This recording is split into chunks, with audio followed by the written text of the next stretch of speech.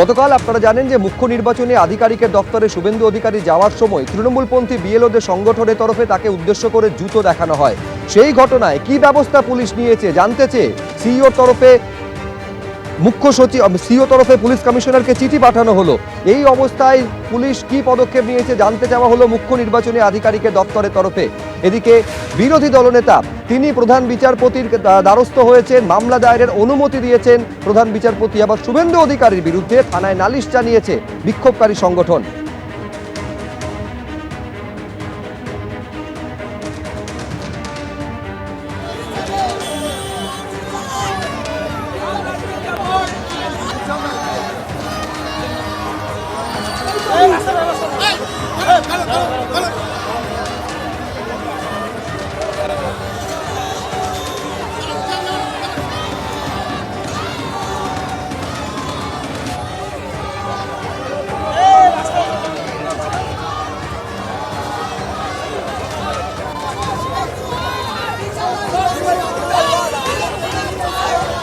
পশ্চিমবঙ্গে roll observer C মুরুগানকে আক্রমণ করে সোশ্যাল মিডিয়ায় পোস্ট করলেন তৃণমূল সাংসদ মহুয়া মৈত্র।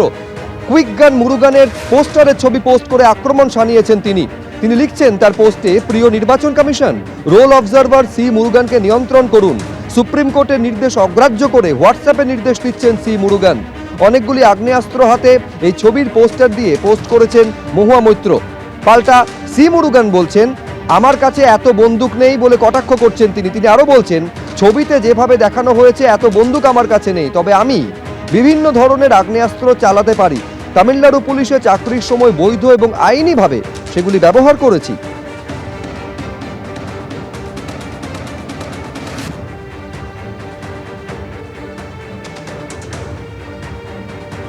এর আগেও একাধিকবার সরব হয়েছেন মুখ্যমন্ত্রী মমতা বন্দ্যোপাধ্যায়। কখনো তিনি বলেছেন যে লজিক্যাল ডিসক্রিপেন্সির নাম করে বহু বৈধ ভোটারের নাম বাদ দিয়ে দিচ্ছে জাতীয় নির্বাচন কমিশন। আর আজকে মুখ্যমন্ত্রী মমতা বন্দ্যোপাধ্যায় ফের কমিশনকে নিশানা করে বলছেন যে লুকিয়ে লুকিয়ে ভোটারদের নাম বাদ দিয়ে দেওয়া হচ্ছে। একজনেরও যদি নাম বাদ যায় আমি তার প্রতিবাদ করব। আর মুখ্যমন্ত্রীর এই বক্তব্য সামনে আসার পর সমালোচনায় সরব হয়েছে বিরোধীরা, বিজেপি থেকে শুরু করে সিপিএম। কার কি বক্তব্য দেখব। ঝামেলাটাই শাসকের অসহযোগিতার জন্য হচ্ছে। আমাদের পরে যেখানে যেখানে এসআইআর চালু হয়েছিল কাজ, যেমন গুজরাট, তারা এসআইআর কমপ্লিট করে ফেলেছে, লিস্ট বেরিয়ে গেছে। উত্তরপ্রদেশ কমপ্লিট হওয়ার পথে, উত্তরপ্রদেশে 3 কোটি নাম বাদ যাচ্ছে শোনা যাচ্ছে। কোথায় তো হই হল্লা হচ্ছে না, ওখানে বিজেপি শাসন ক্ষমতায় আছে। আচ্ছা, কংগ্রেস সমাজবাদী পার্টি বিরোধী আছে, তারাও তো এরকম করছে না মমতা বন্দ্যোপাধ্যায়ের মতো। মমতা বন্দ্যোপাধ্যায়ের এবং তার তৃণমূল কংগ্রেস দলটাকে দেখে মনে হচ্ছে কড়াইয়ের মধ্যে যখন তেল গরম করে ফোড়ন দেওয়া হয়, যেরকম চিনিমিনি করে, যারা রান্না করেন তারা ভালো জানে, মমতা বন্দ্যোপাধ্যায় তৃণমূল কংগ্রেস চিনিমিনি করে লাফাচ্ছে। একটা প্রক্রিয়া চালু হওয়ার পর রোজ রোজ নতুন নতুন ইনস্ট্রাকশন। এখন বলছে 14ই ফেব্রুয়ারির মধ্যে যারা নথি জমা দিয়েছে তারা অ্যাডমিট কার্ড জমা দিলেও সেটা অ্যালাউড। এতদিন বলেননি কেন? এখন বলা হচ্ছে আধার কার্ড যারা জমা দিয়েছেন, এতদিন বলেননি কেন আধার কার্ড অ্যালাউড? তাহলে আধার কার্ড অথবা অ্যাডমিট কার্ড এগুলো যদি অ্যালাউড হয়, 14-র আগে হলে অ্যালাউড, এখন বলা হচ্ছে, তখন যে বলা হচ্ছিল 14-র আগে অ্যালাউড না, অতএব যারা দেননি তাদের দেওয়ার সুযোগ থাকবে না কেন আরেকবার? এসআইআর নিয়ে ফের কমিশনকে নিশানা করলেন মুখ্যমন্ত্রী মমতা বন্দ্যোপাধ্যায়। জৈনদের একটি অনুষ্ঠান ছিল আজ এবং সেখানে গিয়ে মুখ্যমন্ত্রী মমতা বন্দ্যোপাধ্যায় বলছেন, প্রথমে 58 লক্ষের নাম বাদ দিয়ে দিয়েছে, লুকিয়ে অনেক লোকের নাম বাদ দিয়েছে এরা, যারই নাম বাদ দিক আমি তার প্রতিবাদ করব, বলছেন মুখ্যমন্ত্রী।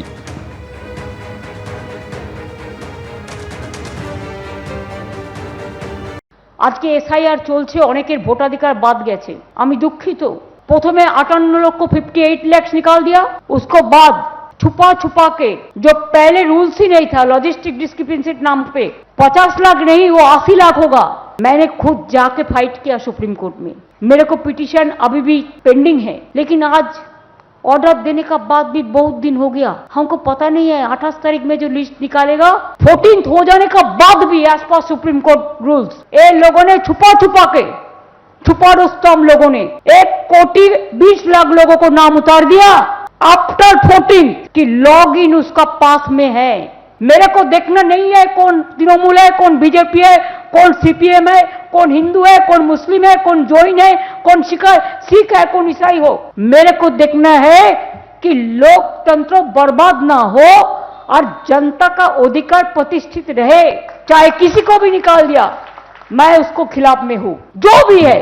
अगर जिसको नाम निकाल दिया, जिसको टोटल पेपर है, तो क्यों छोड़ दिया? तो इसी के लिए एक काम सफल हो जाएगा तो हम फिर आके इधर में माथा ठुकेंगे कि आम आज प्रे करके जा रहा है। এই মুহূর্তের খবর, এসআইআর নিয়ে আগামীকাল কলকাতা হাইকোর্টে ফের বৈঠক হতে চলেছে। কলকাতা হাইকোর্টের মহামান্য প্রধান বিচারপতি এই বৈঠক ডেকেছেন বলে জানা যাচ্ছে। সৌভিক মজুমদার আমাদের প্রতিনিধি বিস্তারিত বলতে পারবেন এই নিয়ে। তার মানে সর্বোচ্চ আদালতের নির্দেশ পর তৃতীয়বার বৈঠক হতে চলেছে কলকাতা হাইকোর্টে। সৌভিক, দেখো, একদমই আগামীকাল কলকাতা হাইকোর্টের মাননীয় বিচারপতি সুজয় পাল তার নেতৃত্বে এই বৈঠক তৃতীয়বারের জন্য হবে। যেমনটা তুমি জানো যে এর আগেও বৈঠকে রাজ্যের মুখ্য সচিব, পুলিশের তরফ থেকে ডিজিপি এবং তার পাশাপাশি মুখ্য নির্বাচনী আধিকারিক তিনিও উপস্থিত ছিলেন এবং আগামীকালও এই যে মিটিং হবে সেই মিটিংয়ে এই উচ্চপদস্থ কর্তারা বা আধিকারিকরা তারা উপস্থিত থাকবেন এবং এছাড়াও নির্বাচন কমিশন এবং পুলিশ প্রশাসনের তরফে অন্যান্য উচ্চপদস্থ আধিকারিকদের উপস্থিত থাকার সম্ভাবনা রয়েছে।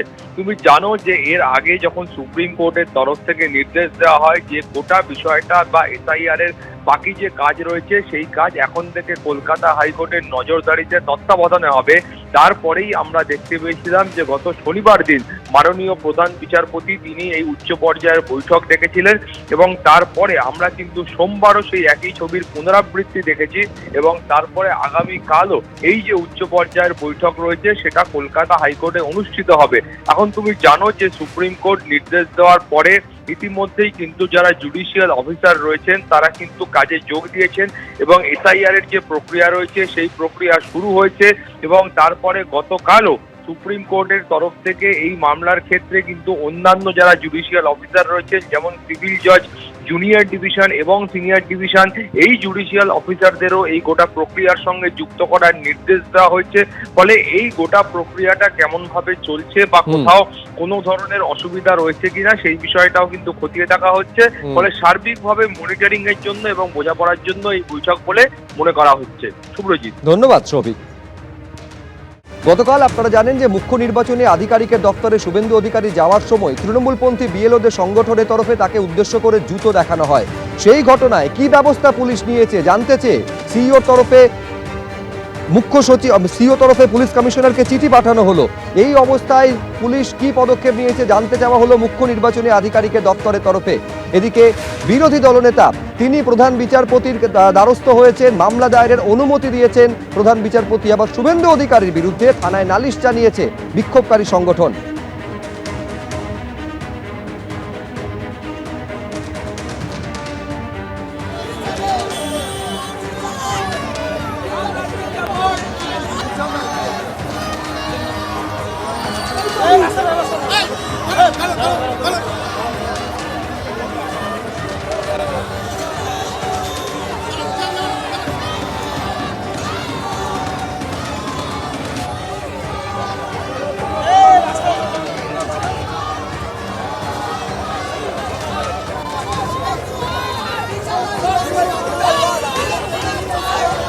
এবিপি আনন্দ, এগিয়ে থাকে, এগিয়ে রাখে।